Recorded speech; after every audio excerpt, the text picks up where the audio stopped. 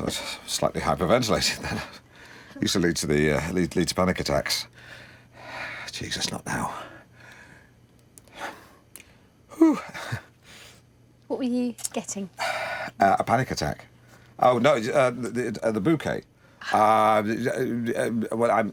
I'm not. It's been a while since I've used, wine words. Oh well, people use all sorts of words to describe wine. I mean, vanilla, melon, straw. Surely only livestock know what straw tastes like. It's just a hint. Yeah, it's just a hint. And with red wines. Yeah, wines have hints. Yeah. Have a go, Alan. What did you get from that? Pepper. Yes. Really? Yes. Really? It is peppery. Yeah. No, that is that's a very peppery wine. Lots of pepper. Lots of pepper. Yeah. I didn't even have to think of it. As soon as it brought to my nose, bang, pepper. So yeah, amazing. Well, you've got a good nose. Like you. What's next?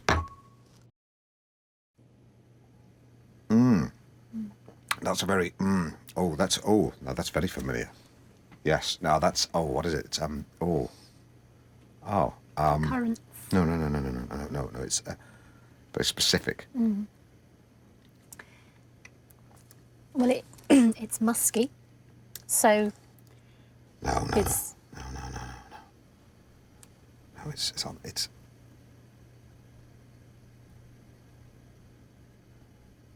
Berries? No, the rosé. That's wrong. Sorry. Cherry. Cinnamon? No. This wine tastes of chewits. Oh. Oh well, I've never heard Have we got any chewits?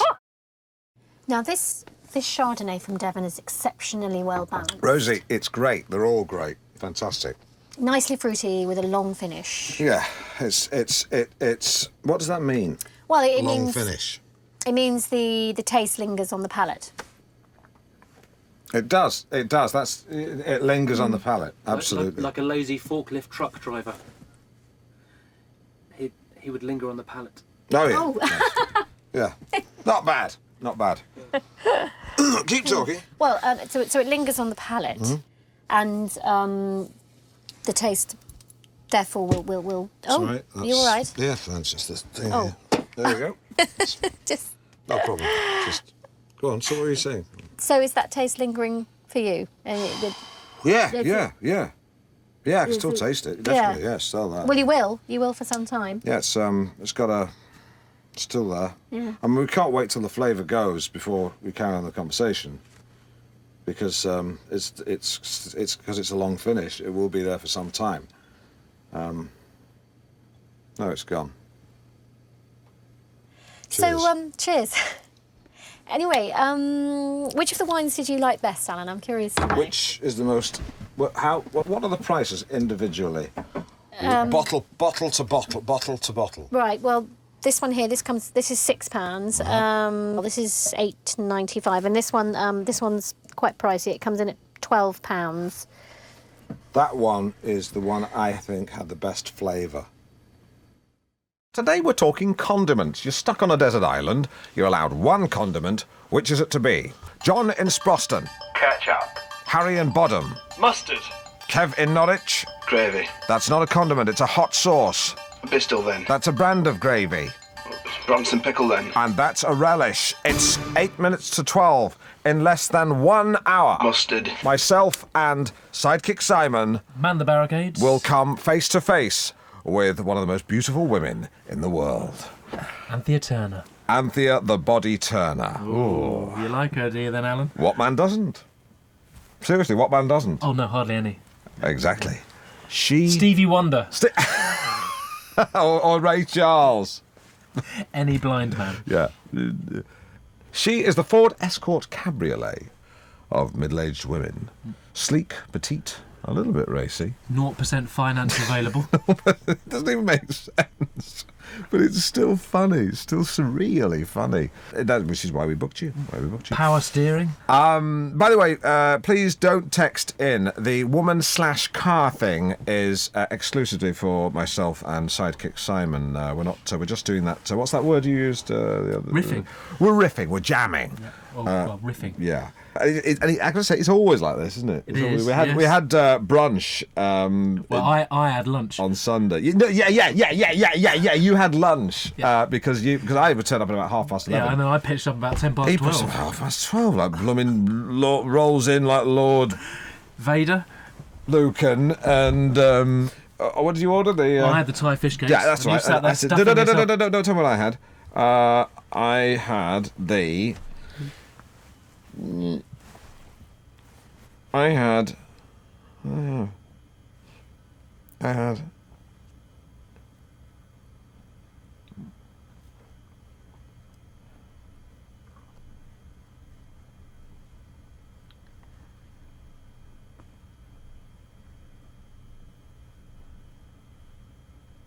Can't remember. You're listening to North Norfolk Digital with Alan Partridge. No, it's gone. You right, Alan? Yeah. Yep. Thought I'd lost you there. Away with the fairies. There's only one fairy in here. Yeah, I'm looking right at him. Hey, you cheeky tit! This is great banter. It really is. So anyway, there we were having lunch. Brunch, call it. What do you call lunch and brunch when they're combined? What's the Blunch? Is it a blunch?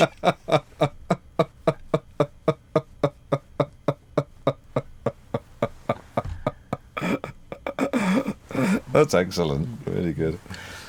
And I'd got the supplements, hadn't I? We spread the supplements Yep. out on the coffee table, and I think we had a bit of a tussle over the motoring section. Ooh, we did a bit. We locked horns. We grappled. We did. We wrestled for Well, we them. didn't wrestle, but you gave me a bag of crisps, didn't you? Yes. Cheesy onion, cheese and onion. Cheese and onion. And normally when I open a packet of crisps, I open them at the top. But Simon showed me a technique whereby you splice the packet down the side, lay it flat, and share the contents. Hippie style. Hippie style. And I think, in all seriousness, it was at that point that I realised that here was a guy who's prepared to push the envelope. Cheers. Oh. Well, obviously you open an envelope, probably do it in a very unconventional way. Okay, I've come up with a top 10 list of things not to say to a customs officer. Time for travel update with Chris Gifford. Kippers, that's what I had. Now, before I tie a belt round your upper arm, slap your vein and inject you with a pure dose of Genesis, I have to say I am being harangued into throwing my own hat into the ring for Norfolk's greatest person. So in I go. This is unbelievable. How Delia Smith can be within one vote of Horatio Nelson, it really is beyond me. If you want to vote for a food-related hero, may I suggest Turkey Baron Bernard Matthews. Bernard slays, I know this because he's a friend of mine, close to 7 million turkeys a year, which has been doing it for about the best part of 30 years. He has slaughtered close to 250 million birds for your eating pleasure. Not personally, of course. The process is highly mechanised. No, Bernard's not actually wrung the neck of a turkey for a couple of years. And even then it was for a charity event. It's great to be around him. Depending on your point of view, he's either responsible for the biggest ornithological genocide of recent times, or he is the greatest farmyard-to-table strategist of the last 100 years. And I know this for a fact because he is my confidant, he's tantalisingly close to producing the 10-pence turkey. What a thought. He's actually shown me around his factory recently. He very, very liberal of him. He said, you can go anywhere you like, Alan. Apart from one room. He just stood in front of my path and said, don't go in there. I said, I thought you said I could go anywhere. He just said, just drop it. And all the love went from his eyes. Chilling. Anyway, I'd like to suggest Bernard Matthews as Norfolk's greatest person, along with my own hat, which is still in the ring, along with all the other candidates' hats. Middle of the day? You bet. Middle-aged? Maybe. Middle of the road? No way. Tina, how can you put Horatio Nelson beneath Delia Smith? Now, there's a thought. I think Delia's great. Don't get me wrong, Deals is a cracking cook and a very attractive older woman, but Nelson masterminded the defeat of the entire French and Spanish navies before being shot in the neck and subsequently kissed. Well, okay, but could he cook a good spag bowl? Oh, well, you're being humorous, which is fine. No, don't- I'm being serious. Well, people only abbreviate when they're being jocular. You said spag bowl. Say the full words. If you're going to take this seriously, say them. Say it. Spaghetti bolognese. Thank you. Let's wrap this up. I think it's run its course. We'll look at the results for Norfolk's greatest person. My hat's in the ring. Actually, I'm going to take my hat out. There it is. It's a tie, a dead tie between Oliver Cromwell and Horatio Nelson, exactly as I predicted. Why do I bother? That's rhetorical, by the way. Please don't text in. I know why I bother. But I'm not prepared to go into that now, because right now it's time for Surname Mastermind. Hello, Chris, on line 1. Are you there? I'm there, yes, I'm here. Chris, are you ready to play Surname Mastermind? Yeah. OK, here we go. Cheryl, Ashley. Cole. Correct. Simon, Yasmin. Le Bon. Correct. Michael, Shakira. Kane. Correct. Rod, Alana. Hull. No, Stuart. Dave and Samantha. Cameron. Yeah, that's right. Now it's time for Who Does Alan Think Alan Is?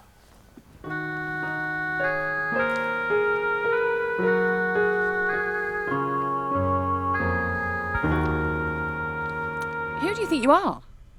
Just to explain, the sense of that line was not properly explained to the voiceover artist before she went into the booth. By the time I find out, she was already in a cab. Complete waste of 30 quid. She sounds like she's been touched on a bus. My main guest today is one of the genealogists from BBC One's Who Do You Think You Are? Please welcome Henry Spring.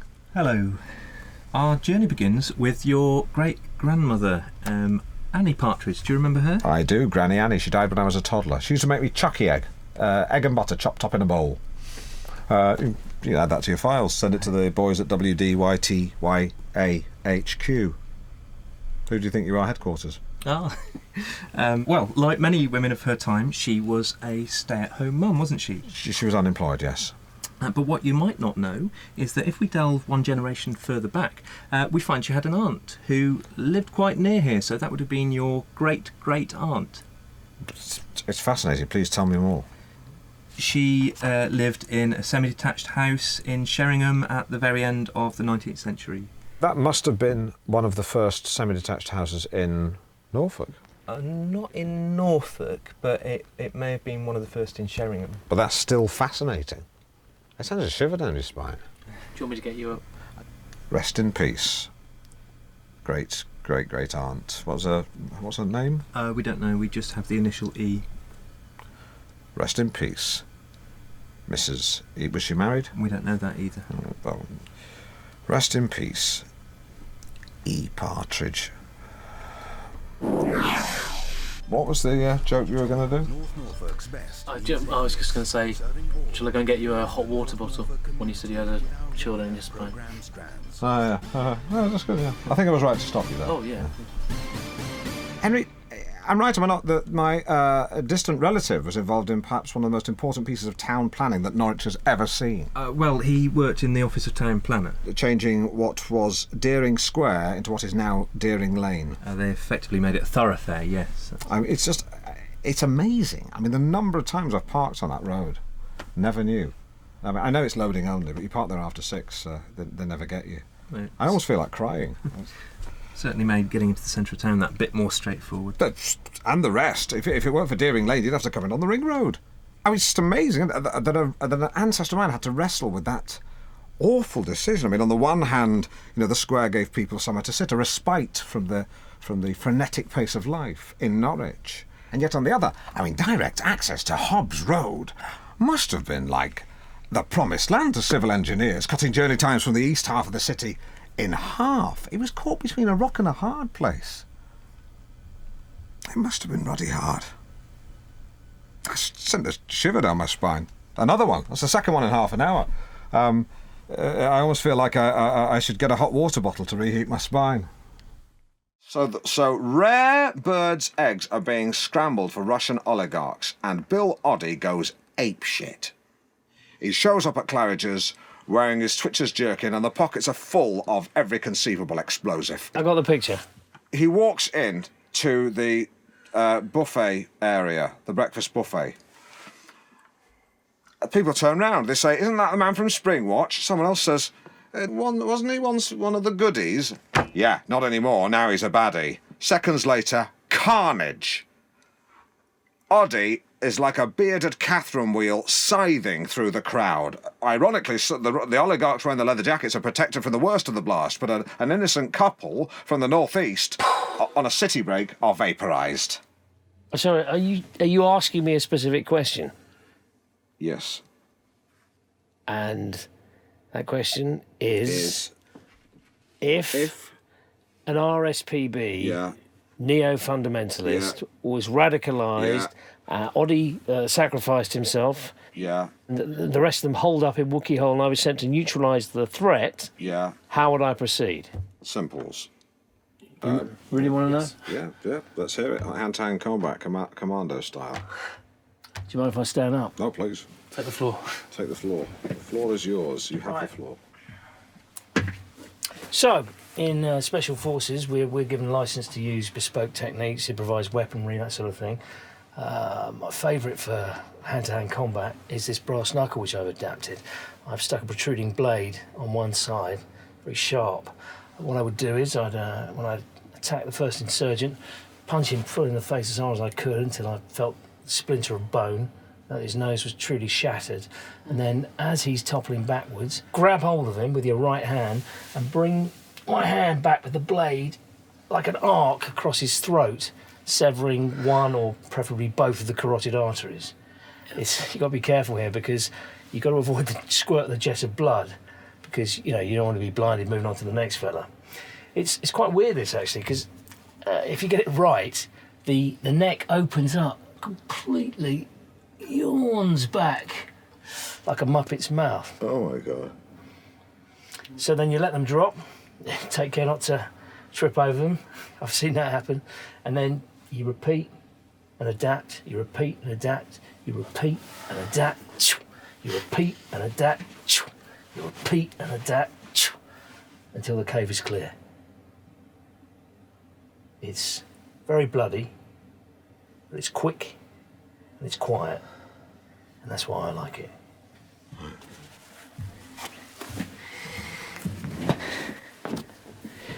Any questions? No? Yeah, which Muppet?